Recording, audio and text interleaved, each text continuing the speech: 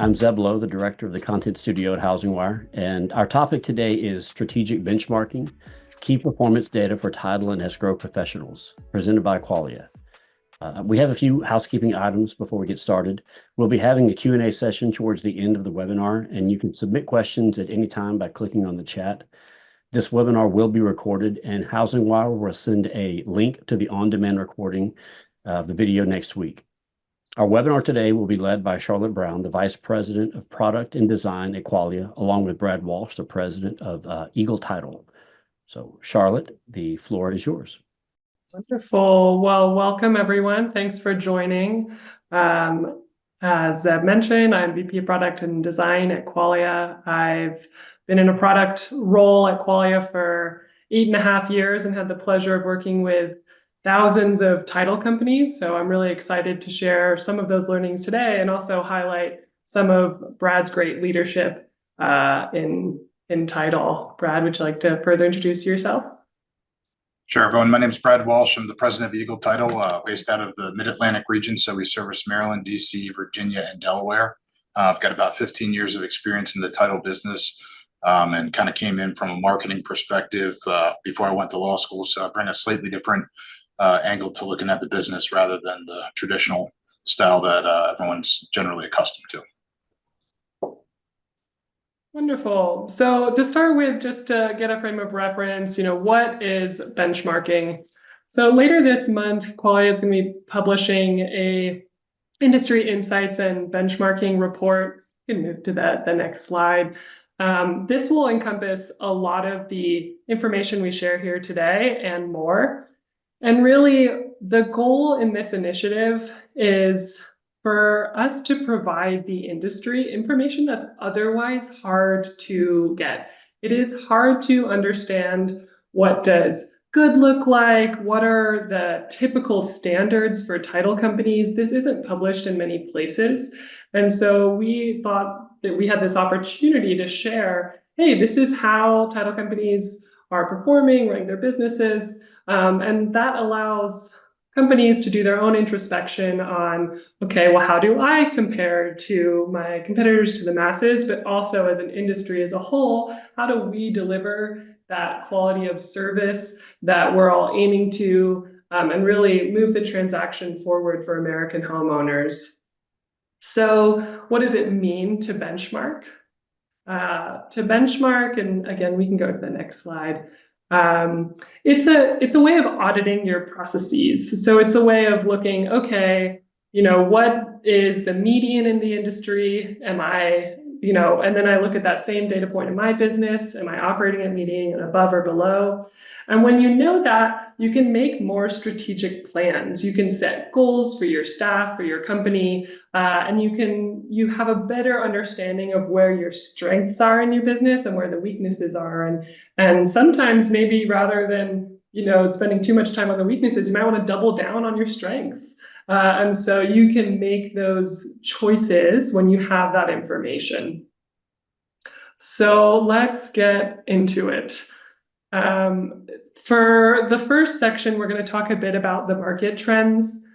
These trends are, and we can proceed, Zeb, they're not unique to title and escrow. They're really trends we're seeing across the whole real estate industry. Some of these you can find in other places, but there's a couple that we wanted to just zoom in and talk a little bit about, because it's really the backdrop that all title companies are operating in right now. And that impacts what your strategies are and how you run your businesses. So we wanted to spend a couple of minutes just talking about the backdrop before getting into some more title company specific metrics. So this first chart, it shows in blue the interest rate, and you can see on the right side of the y-axis where the interest rates are. And the green line is loan as a percent of the purchase price. So it's the inverse of down payment. And really what it tells us is how much cash people are bringing to the table, to the transaction. And we thought this was pretty interesting because it is even more responsive than we were expecting to, subtle shifts in interest rates. And so as we've seen interest rates rise, we're seeing folks pay bigger and bigger down payments. Brad, I'm curious for your input on some of this. Yeah, I think to your point, as interest rates have gone up, over the last 2.5 years, you're definitely seeing people definitely utilize a lot more of their cash. And the inverse was true when the money was so cheap. People said, look, I can make more money out here in the market. I mean, generally speaking, the average consumer is pretty smart with their own money, and they can figure out if they can make more money in the market versus keeping it there. But once the rates got above 6%, and really, when we start cresting last year into the 8%, people said, look, I can't guarantee myself making that in the market or saving that. So ultimately, I'm going to put that into the properties. I think they also used it as a mechanism to make their deals more competitive. So rather than saying, hey, I'm going to start with a lender and go through that process and do appraisal and inspections that way, they went and said, you know what, I'm going to write you a quick turn cash deal. We're going to close quickly. And it created certainty for the sellers that ultimately became a much more appetizing offer than someone who had a loan. I mean, I know of many transactions where the top dollar offer wasn't necessarily the one that was taken, because there was one that was cash that was right behind it. Maybe not as high, but there's a much higher level of certainty that was going to the table. So when I look at this, that's kind of what speaks to me, is just, cash has always been king, but really understanding where it's being used and for what mechanisms. Ultimately, you can start to figure it out. And I know we'll be talking a little bit more about what percentage is really being used in that market here next. Yeah, it's so interesting. The looking at the sensitivity to interest rates, I'd be curious as well to look at actually inventory, which this doesn't. But when sellers are really trying to get the deal done, what they'd like to do. So yeah, looking at the next slide, we look at the use of cash, and so Zeb, perfect. So all cash transactions has been on a steady increase. There was a slight dip in the peak moment in the pandemic. And what we're seeing is more folks use cash. There's many reasons why this might be. One interesting one is it was recently reported that 40% of homeowners don't currently have a mortgage on their home. That, I'm not sure this is true, but that seems like it's maybe a near-term high in terms of how much equity are in homeowners' hands. And so that might be influencing when folks are purchasing and selling their property, how much cash they have available to purchase the next property. Well, Charlotte, I think you hit on the nail on the head. Inventory is related to this. Now, trying to chart too many pieces of data at the same time can also confuse the issue as well. But ultimately, with essentially having 1/3 of all transactions be cash transactions at this point, that does show you the amount of cash that is actually out there. You also have to put into perspective that since 2019, almost across the country, there's about 50% more equity in the property because the prices have increased 50% over that time period. And as such, even if someone was sitting on a home and bought it pre-19 and didn't leverage anything more against it, all of a sudden, maybe they don't have no mortgage on the house, but they definitely have a lot more equity to play with. And at that level, I think people often talk about the golden handcuffs of the interest rate environment right now. Sometimes what is the key to those golden handcuffs is ultimately saying, hey, I know I have this sweet 3.5% interest rate that I really don't want to leave. But I also bought my house in 2019. So ultimately now I've got X amount more cash and the value of it. Let me just take that cash for a ride and put it into the new house in the better school district or the bigger home. People will always, move for those types of reasons. And we're starting to see some of the inventory loosen up, which can be tied to that as well. So, nationally, we're seeing inventory levels rise, but it'll be very interesting to see long-term how the utilization of cash can help with that. I know, we talked about, also people having access to that money for acquisition of second homes. I think that was one of the things you found most interesting about it. Yeah, exactly. Yeah, when we looked at this regionally, like which regions have, a higher cash percentage. Virgin Islands and Hawaii were outliers. There's a lot of cash purchases, and Wyoming and Montana were actually well above the median as well. And it's just interesting to see those are areas where folks buy second homes, and so that purchase is more likely to happen in cash. Yeah, I think if I'm buying a second home, I'm going towards the Virgin Islands, not Wyoming or Montana.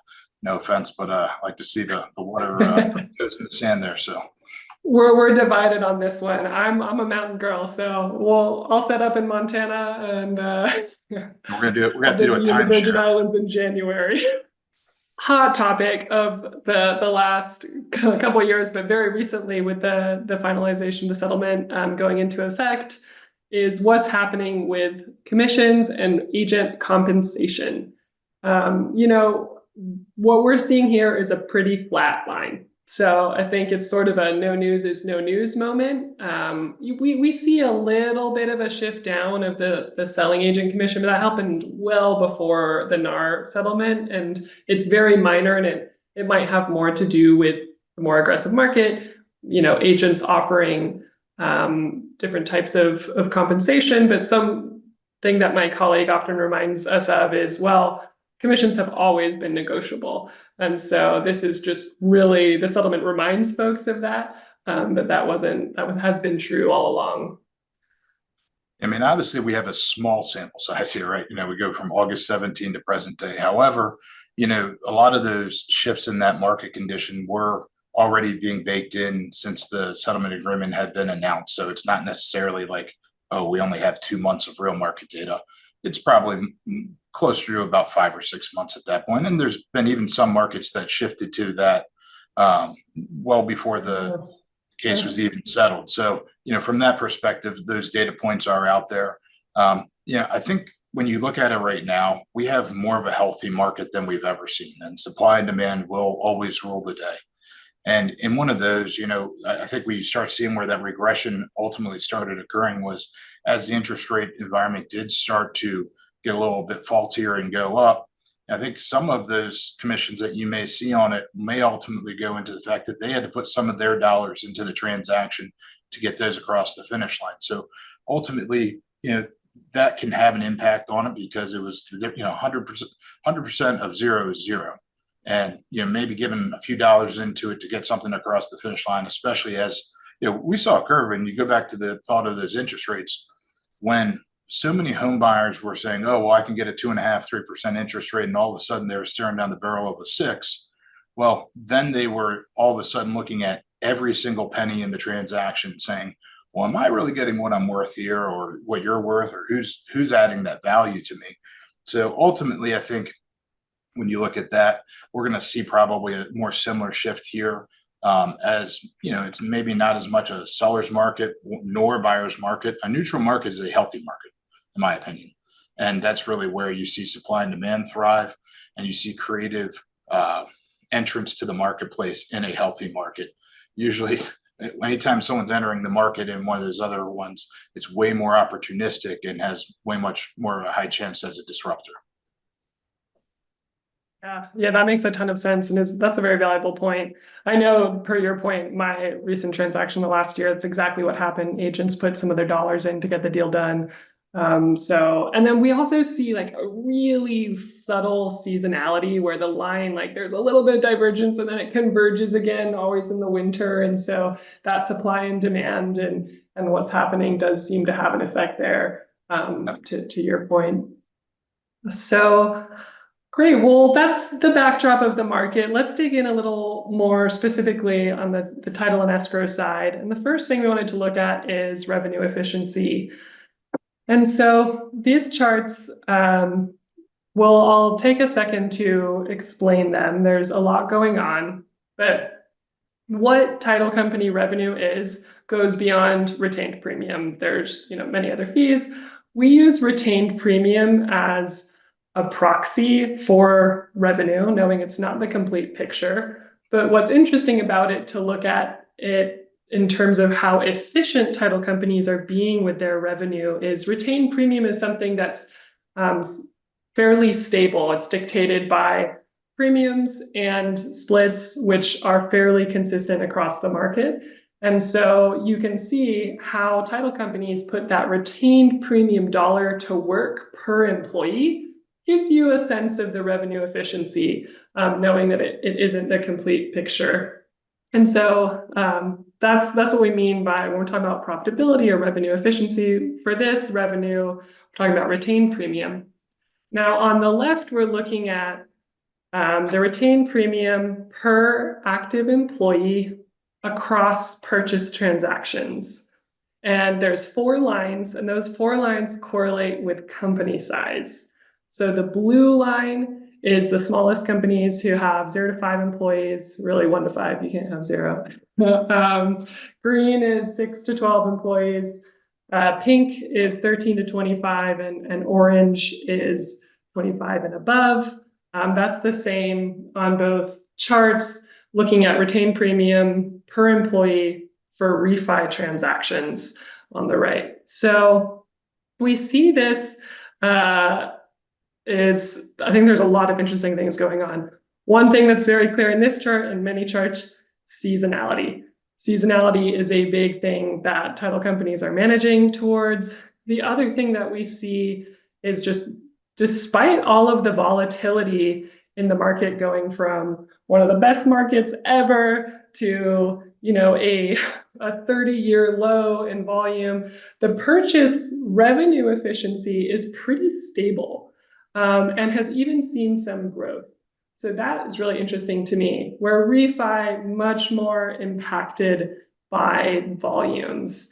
Now, I have to say the data source for these companies, or mostly it's thousands of title companies. Most of them are doing a mix of purchase and refinance. So this isn't looking at a refinance only business where there's probably more room to respond specifically to the refinance market. When you're managing both, what you see is there's only so far you can maybe adjust your employee count while you're still maintaining your purchase business. So that does impact those refi numbers. But by and large, I think what we see, refinance, it's a volume game, and purchase, there's a lot more stability. But Brad, I'm very curious to get your insights into these charts. There's a lot that's going on with this. And I think when you look at, when I first started looking at these, to your point about the seasonality, I think seasonality is something that has always impacted our business as, when people actually buy and sell homes. And that you can definitely see that, and that's across pretty much, it tracks across all of the different sizes of the business, which really shows you where that seasonality is. I think there's also some back end seasonality that you're seeing that is actually correlated to the interest rate as well. If you see those dips around the second half of 22, as well as the big dip on the second half of 23, those were in 2 time periods where we saw some skyrocketing rates go up. So rates are going up, the premiums going down because those general units are going down. When I looked at it from an efficiency perspective, you got more efficient and retained more dollars per employee the more that you went up, only to the point where the best one was in that 13 to 25 unit perspective. It actually regressed a little bit in the 25 plus employees. And when you really think about that from an operations perspective, the more employees that you have, frankly, you're more overhead that you have to lay on top of from a managerial perspective. So you actually do lose some of that retained premium per employee account, because now that additional overhead is really driving down some of that profitability. It ultimately can create a much better and healthier business long term when you look at it, but you definitely lose a little bit there in that. Obviously, in the refi one, the best people who did the best were the high employee ones, because those are going to be generally those refi shops that are really throwing off their national operations, that sort of thing. What it really took me at the end of the day, though, the importance of having a healthy mix between different business lines. I've had a refi only shop before, and then I've had one that was more heavily focused on purchase transactions. We're at a point now where we try and have built out many different business lines, whether it's residential resale and refinance down to commercial transactions, as well as servicing builder services and new construction homes, really trying to take some of that seasonality out, because they all have slightly different seasonality within those lines, as well as if one area was being crushed and they were doing a lot of new home starts, as an example, well, you want to be able to build that against it. So when you start to look at those things, I think it's really important. I also look at it from ultimately, this is an income side to it. Look, you got to look at it from an expense perspective as well, and ultimately try to understand what your profit per transaction is and how many employees you can have to handle those. Because in an industry like we have here, where the seasonality is so wild, it's really difficult to staff to either the high or the low. It's, this is a business that is not generally easy to just grab someone off the street to where you can lay them off and then bring them back on for the peaks. So trying to staff for the median is really where we found a lot of success, and then find areas that we can be more efficient and work a little bit harder during those peak time periods. And then can we push certain things into those valleys or troughs to where we can ultimately, run a more efficient business through that time period. It's all about getting the right people in the right seats, though, and those ones, especially getting that management overlay down so you're getting the most out of it. But for me, those mid-sized businesses really do well and have that kind of perfect efficiency.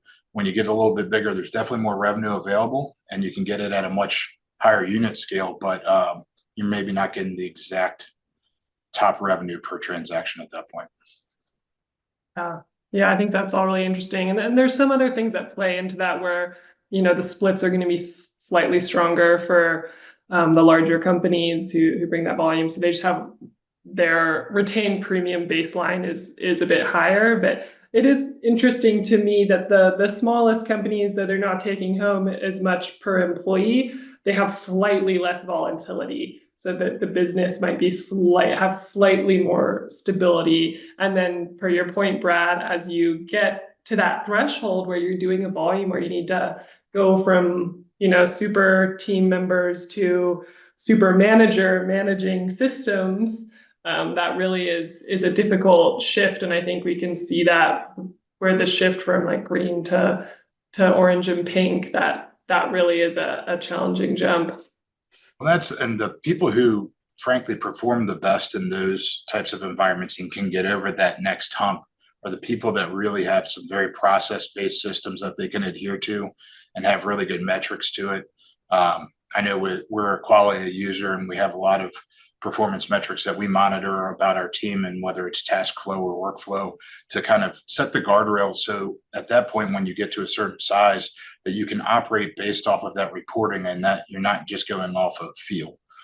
When you're in that 0 to 5 territory, you're probably in the trenches with everyone. You're working in the business, not really working on the business. You're a part of, that everyday production.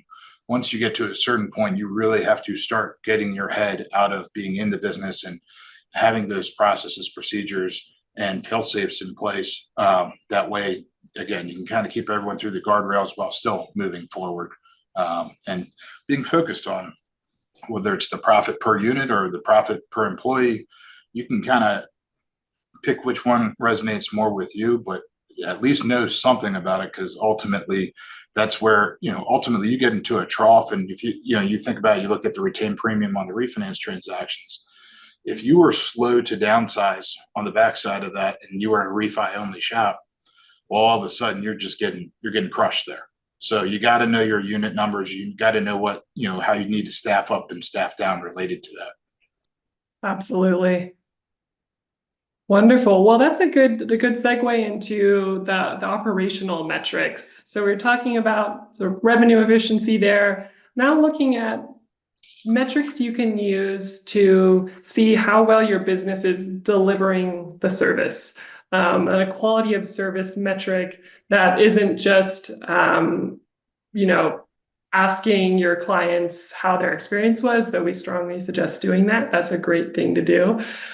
This is looking at how can you see your efficiency in the business. So this first one, we're looking at the days from the day the file is open to when the commitment is issued. And Here we have the blue line is the 75th percentile or the bottom 25th percentile. Green is the median and pink is the top 25th percentile. And so we see, quite a bit of range here. The median is operating closer to the top 25th percentile. I think it's not sort of dead in the middle. That's interesting that, the higher end of the market is operating fairly closely to each other. But what we see is, what good is what maybe the gold standard for open to commitment issued is 2.5 days. When we broke this down by refinance, we saw it was about 1 day. And for a purchase, it's in that 2.5 to 3 day zone. And so, Brad, I'm curious your insight on some of this. Obviously, you want to keep yourself away from the blue line if possible. Ultimately, there's only so many days based off of geographically what people's turn times are generally on it. I think knowing what good is in this situation is very helpful, because I think as long as you're good to the better side of good, you're in a good spot. Trying to cut that term time down, I think to me it cuts down on requests from lenders or owners or lenders council, whatever that might be. So it ultimately becomes an efficiency issue for me, because if I can give it to you before you're asking for it, that's largely me controlling the transaction and driving that bus rather than someone else, doing that. And I think that's really focused on that. And, ultimately, when you start seeing it based off of, I guess we're going to look at it based off of size here in a minute, but when you see it like that, kind of everyone's in that ballpark around where they're doing it. So we didn't see a great variance on that. But I definitely think that people that can consistently hit that, again, that 13 to 25 mark continues to kind of be that efficient until you get more recently and some people have laid off some staffing, and those bigger companies that have that 25 or more units that still have the horsepower around to deliver on that, they're consistently doing it earlier and earlier and earlier. So to me, that's really where that good level gets, and how can you really push it there. The big boys are definitely doing it at a much higher level from it. So I'd be very interested to see how that continues moving forward, and maybe if the interest rate climate gets even better, or how units tick up, how that might affect that. Because I think that does come to a staffing level. If you're very low staffed and all of a sudden you get a little bit of a run, you get behind really quickly. And I think you see that in the 2020 area, where all of a sudden a lot of those numbers ticked up from the median there, because people all of a sudden had this influx that they weren't appropriately staffed for. Maybe they didn't have the appropriate when they started going to remote working conditions. So all of those are factors in your overall operation and how healthy it's going to be to react to something like this. Yeah, I love that you called out that adjustment. I mean, that was such a big deal, helping title companies figure out how to operate in a remote workforce in the new world. And that, I remember that being the topic of every webinar for several months there. Yeah, we as a company, we were very fortunate because we had made the commitment to pivoting to utilizing Qualia about 1.5 years before the pandemic had hit. So not only had we already made that shift to having that product that made us be able to go virtual much easier, but we had already gotten our workflows modified, and it was business as usual at that point.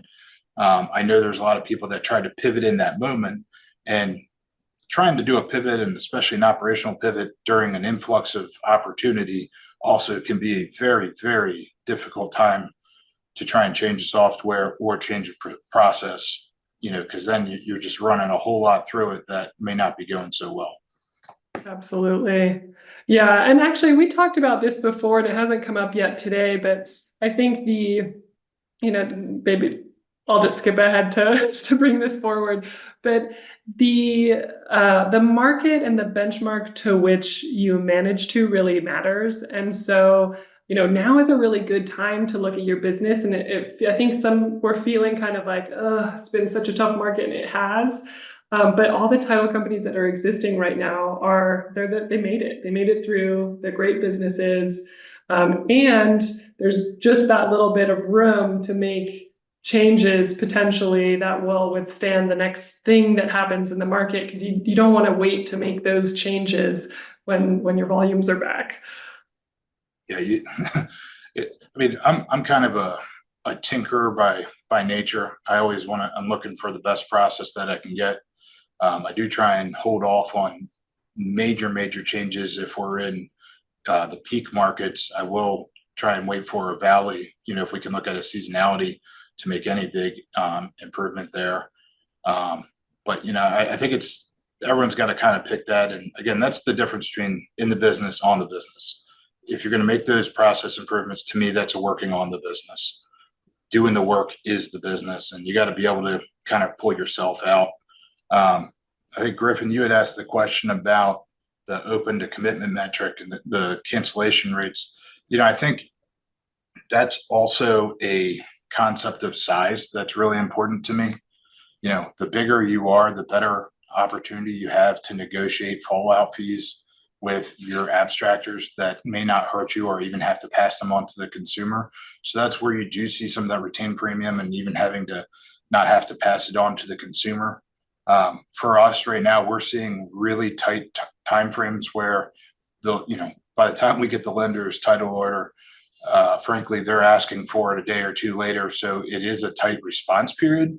So we've elected we just roll everything on day one and just proceed if it's going there, kind of basing in the sunk cost of some of the work that we have to do into those cancellation rates that are generally a part of our business. And, I do think that we've seen during COVID some lower cancellation rates because there's lower inventory. So people are willing to accept some things in houses that they otherwise wouldn't. And then now people, in a higher interest rate, people are like, hey, I'm paying top dollar. It's not like the values have fallen in the vast majority of markets in the United States. So they're saying I'm paying top dollar, and they want the work done to it, or they're going to walk away from it if it's not perfect.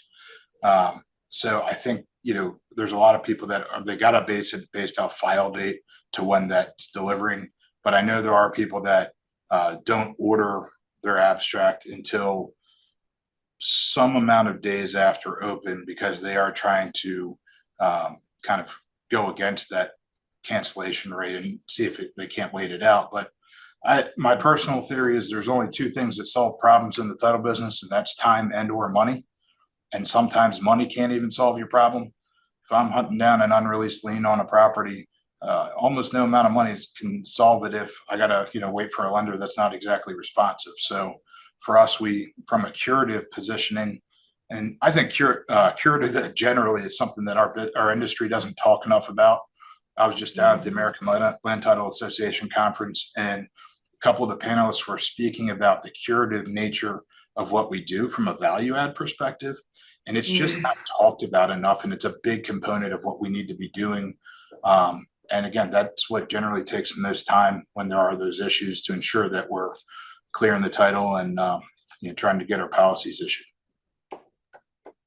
I love that. And I think that, that now sparks flying of, we should do a webinar more diving deep on curative. Because I agree. I think people, especially the average consumer, doesn't realize that's the value that the title company is bringing them is clear title. That's a big deal. Well, I think we kind of we cause that problem ourselves because we're not talking about that as much. And right. This is a industry-wide perspective now.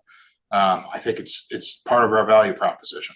So understanding how many of your files, and I know we don't have the metrics on this today, but ultimately trying to identify what percentage of your files do have issues that need some sort of curative work on it. You start tracking that as your benchmark, and that all of a sudden becomes your value proposition. We've got a crazy amount of title alternatives title insurance alternatives that are being discussed nationally right now. And we need to change it back to what the value of the issuance of the policy is and where those protections are. And that curative work is definitely part of it. But we could probably burn a whole webinar just on that topic alone. So I'll move off it today. Totally. Well, I appreciate that. And Griffin, it's a great question. I think one thing I'll add to it is it's not in this deck today, but in the industry report, we'll touch on cancellation rates. It's a really good thing to track in your business. It's really good to know what type of transaction types are canceling on what day, what's the likelihood within 3 days will be canceled. Measuring it by source of business can be really valuable as well. So you can address that in the relationship or in your process. And it might make sense to order right away with some folks and wait for others. And so you can make those types of adjustments if you're tracking. So super valuable thing to track pertaining to open to commitment days. You definitely also see it by business line. And then to your point, even within certain referral sources, some are better at keeping their clients within the transaction and others just tend to have a higher cancellation rate. So if you can get really granular in your business and understand that, I think it's incredibly healthy to do that. And you might be able to make some more informed decisions as you go throughout your process as to how you do it. But having an overall philosophy tied to it, I think is incredibly important. Again, it's just understanding your business. Not being reactive, but being proactive in how you're attacking, utilizing information in and of itself isn't that valuable. It's really valuable when you put it in the context of your own business and understand how you're going to make operational decisions that are tied to the information that you're getting. So, I tend to I formulate an opinion in my head and then see whether the information checks up against that and whether I need to change my opinion or does it bolster me further. Yeah, awesome. Well, let's take a look at the last charts here that we have for today. Similar type of metric, looking at close date to policy issued.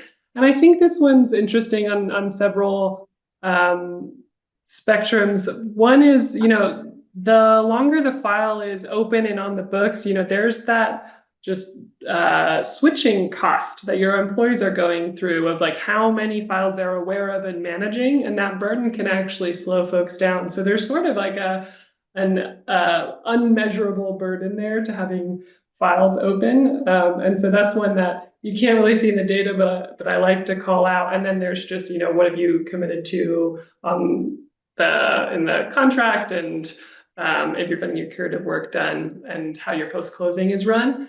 I think here we see the 2020 spike was much more impactful. People got behind getting those policies out the door.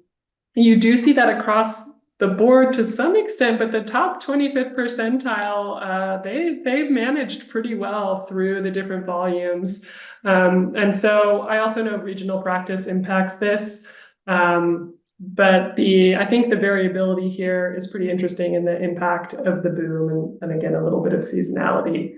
And if we progress it one further, we see the same trend that we saw with open to commitment issued. Can you progress the slides, Ed? We have another chart that's embedded. Perfect. So here we see, this is zooming in on the top 25th percentile, where you see company size designated by the different colors, blue being smallest, green being medium, pink larger, orange largest, and then that median line. So the best companies far outperforming the median, but the best companies are pretty similar regardless of size. And I think that's something that's so interesting, that we see that it doesn't matter how big you are, you can deliver the best service in this industry if you've designed your processes the right way or have the right staff. And so that's something that we see throughout these metrics. But Brad, anything else to share on this chart as well? Yeah, I think that to your point, when you're looking at that top 25, you're only comparing against high producers here.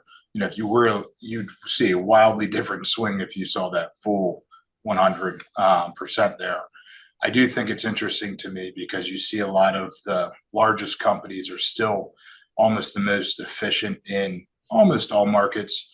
And that 0 to 5, again, they're able to react and get things out the door quicker. Well, they don't have as many units that are going through their system, so they can be more responsive through it. So it's ironically the smallest and the largest that still even win the day out of the top producers. I think when you see things like people who are able to do jurisdictions where they can do table policies and get it out the door that quickly, like it's just one less thing that your employees are time that they're touching the file. If you think of your efficiency level at how many times does every employee have to touch that single file, it's just one more time they got to get into it, one more thing they got to bring their brain back up to be in there. So if you can table policy, it's a massive efficiency, and it also creates a better experience for both the consumer as well as your lender partners in that, because they're being able to check one of their boxes in their post-closing department that much faster. So as you see the ability to do that, sending it back with a loan package, or even just handing the consumer what they just paid for in their owner's policy right there at the table, if you're able to do that, it also creates a better consumer experience, in my opinion, because they've given you the money and they're not waiting some, 20, 30, 40, 60 days for it. It's right there in their possession. You're able to keep, give them the product that they just paid for. So, well, to wrap it up, we have some closing thoughts and we'll open up to questions. If there's other questions, feel free to throw them in the chat now. But, when we're looking at, why does this matter? Why do you want to track these things? Why do you want to track your operations as well as your revenue, as well as the market? How do these play together? You want to make sure you're maintaining a quality of service standard.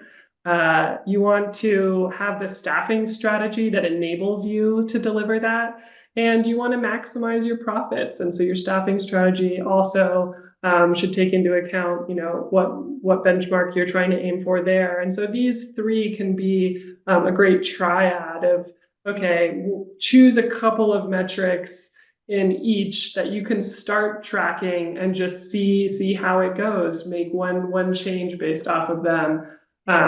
Brad, you're an example of doing this extremely well. I'd love to hear your advice to title companies on the topic. When I look at each of those areas, they're also interconnected. You could, do the chicken or egg philosophy all the way through each of them and go, all right, well, do I staff to get the service? Do I get the service to get the revenue? Or, hey, in order to staff, I need the revenue to do it. So they all are so interconnected. I think the biggest thing at the end of the day with it is when you say, all right, we need to make sure that we're making enough money, that we can staff appropriately to deliver a quality product. But then we also need to understand how our staffing is affecting that revenue from an overhead perspective. And then it just all is really pieced in there.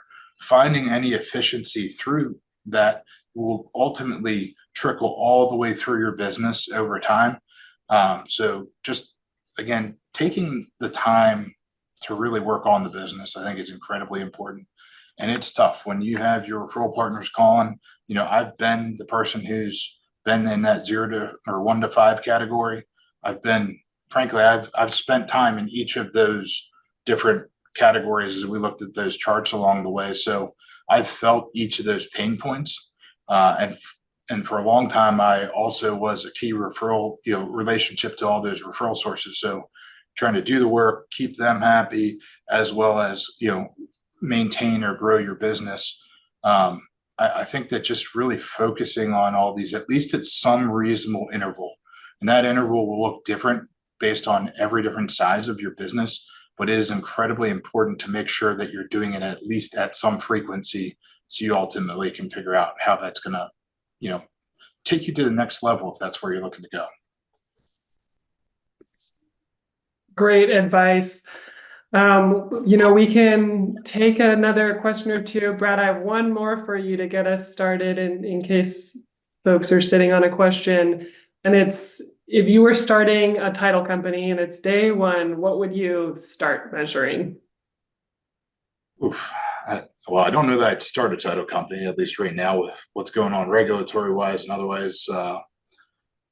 But, I think I would look generally at some of these different markets and try and understand what markets are throwing off the most revenue per file, because then you can really start building your service model around that as well as your staffing model. In an upstart, having that immediate revenue is so important to get into the next stage. So I'd really focus on any market that could drive some at the most revenue up front and then build through that, because it would at least give me some additional capital to start a different staffing strategy and then be really focused on my quality metrics from that point. That's great. Yeah, that's great advice. I have another question for you, if you're game, and then we might be able to end it early if folks don't have other questions. Which is, if you're on the fence of whether or not to go into growth mode, what do you look at in your business that suggests, yeah, now's the time? It's a really excellent question, because I think everyone thinks that they want to grow, but they may not be prepared for what growth really means. And what I can tell you from personal experience, having the appropriate team around you that is committed to that growth strategy is, I can't even explain how valuable is it. There will be days that, you are just so gung-ho, I need to get there, I want to grow, we need to get to that next level. And then there's going to be days where you're just worn down by trying to go through that plateau to get to that next level. Having people around you that can either pick you up when you're down, or you can pick them up, or keep you energized about it, is really important. And as you get to the different levels of growth, it's also really important to have people around you that have different strengths than yours. I don't work with a whole bunch of me around me. I have a lot of people that do things a lot better than I do, and I could never do it as well as they do. We all have our own strengths and weaknesses, and we try and I don't need to hire myself all over again. I want to hire someone who can do my weaknesses better than me, but also be committed to our growth strategy. Such good advice. Such good advice. It's really great to hear from someone who has gone through the full spectrum, and has moved into additional regions and really grown a business, and obviously made decisions when maybe it's not time to grow, but still sustained a healthy business. Chris had a question around, from an industry standpoint, what would you say is an average amount of time spent processing a transaction from start to finish? And Brad, I'm curious what your intuition is on this. I think we also might be able to look at some numbers there and give a response to. I think, I think in this situation, I'll give you the lawyer's answer. It depends. It depends very much market driven. So where you are geographically around the country largely has, many defining factors about that. Just in the DC metro market that I'm in, 20 miles away, they've got an average turn time on their files that's about 7 days less than one of my locations that, again, is 20 miles apart. So even in a small geographic difference area, there's a wide difference on our turn times that are needed. So you have to make sure that your processes and your workflows are designed on their different points that push off what needs to be done in a file based off of those localities. We're also a wet settlement state. So, there's certain things that go into with that we have to have in place. I think our average file, inclusive of refinances, is like 32 and a half days was where our metric sits at as a company. Again, you got some outliers, and then that even includes our very long commercial transaction lead times. It really depends on what your business mix is too. If you're a total refi shop where they're pricing based off of a 21-day lock, well, your time period better be less than 21 days if they're trying to deliver on a 21-day lock. And that is widely different than, I remember back in 2012, 2013, where lenders would just keep extending the lock and extending the lock and extending the lock because the market hadn't moved. So they weren't really, hurting themselves on what they were actually delivering. There would be stuff where you go to the table with a consumer in that market and they'd be so excited to see you because, like, I've been in this process for 9 months for this refinance. They're just happy you got there. I couldn't even imagine waiting 9 months to refinance in this current climate. It would be a totally different market. So I think it's very regionally dependent. I think it's business product dependent. And then how efficient your partners are in that, because a lot of times they dictate. We have one referral partner that she likes to have her clients close essentially 10 days or less. And we have a widely different workflow built for that even particular consumer, because we have to change how that works for them. And that's based off of, again, how they're getting those opportunities under contract. Yeah. I think the interesting thing too is the close date often dictated not just by the title company, but by the purchase and sale contract or the lender, and then you're managing to their timeline. And so we like to look at open to close status rather than close day. So when is no one making any more touches on the file? And it is tough to get that metric, but it's, making sure you've included your post-closing process. Like, when is this just fully off your books? And so a national medium that does not honor all of the important factors that Brad mentioned around the regionality, the transaction type, whatever it might be, but for no more touches to happen on the file, the median is around 40 days. So that's just a number I'll put out there. Brad, thank you so much for joining and giving such great insight. And, we had several conversations leading up to this, so we really appreciate your bringing some of this data to life, and HousingWire for giving us this opportunity to start testing the waters of bringing some of this metrics and benchmarks, putting it in the industry's hands. We'd love to hear from you if you found it helpful. If there's other data you'd like to hear, HousingWire is going to send out a survey, so please fill that out. You can also reach out to me on LinkedIn. I'd be happy to hear your feedback. So thank you so much, Brad and HousingWire. Thank you. Thank you. So everyone, we've come to the end of our webinar today. Thank you all for joining us for our session on strategic benchmarking, key performance data for title and escrow professionals. We hope you found the insights shared by our panelists valuable, and that you're leaving with practical strategies to apply for your business. A special thank you to our panelists for their time and their expertise. It's been a pleasure having you both. We look forward to seeing you at our future events. Keep an eye out for more webinars or resources coming your way. Until then, take care, and we hope you'll join us again soon.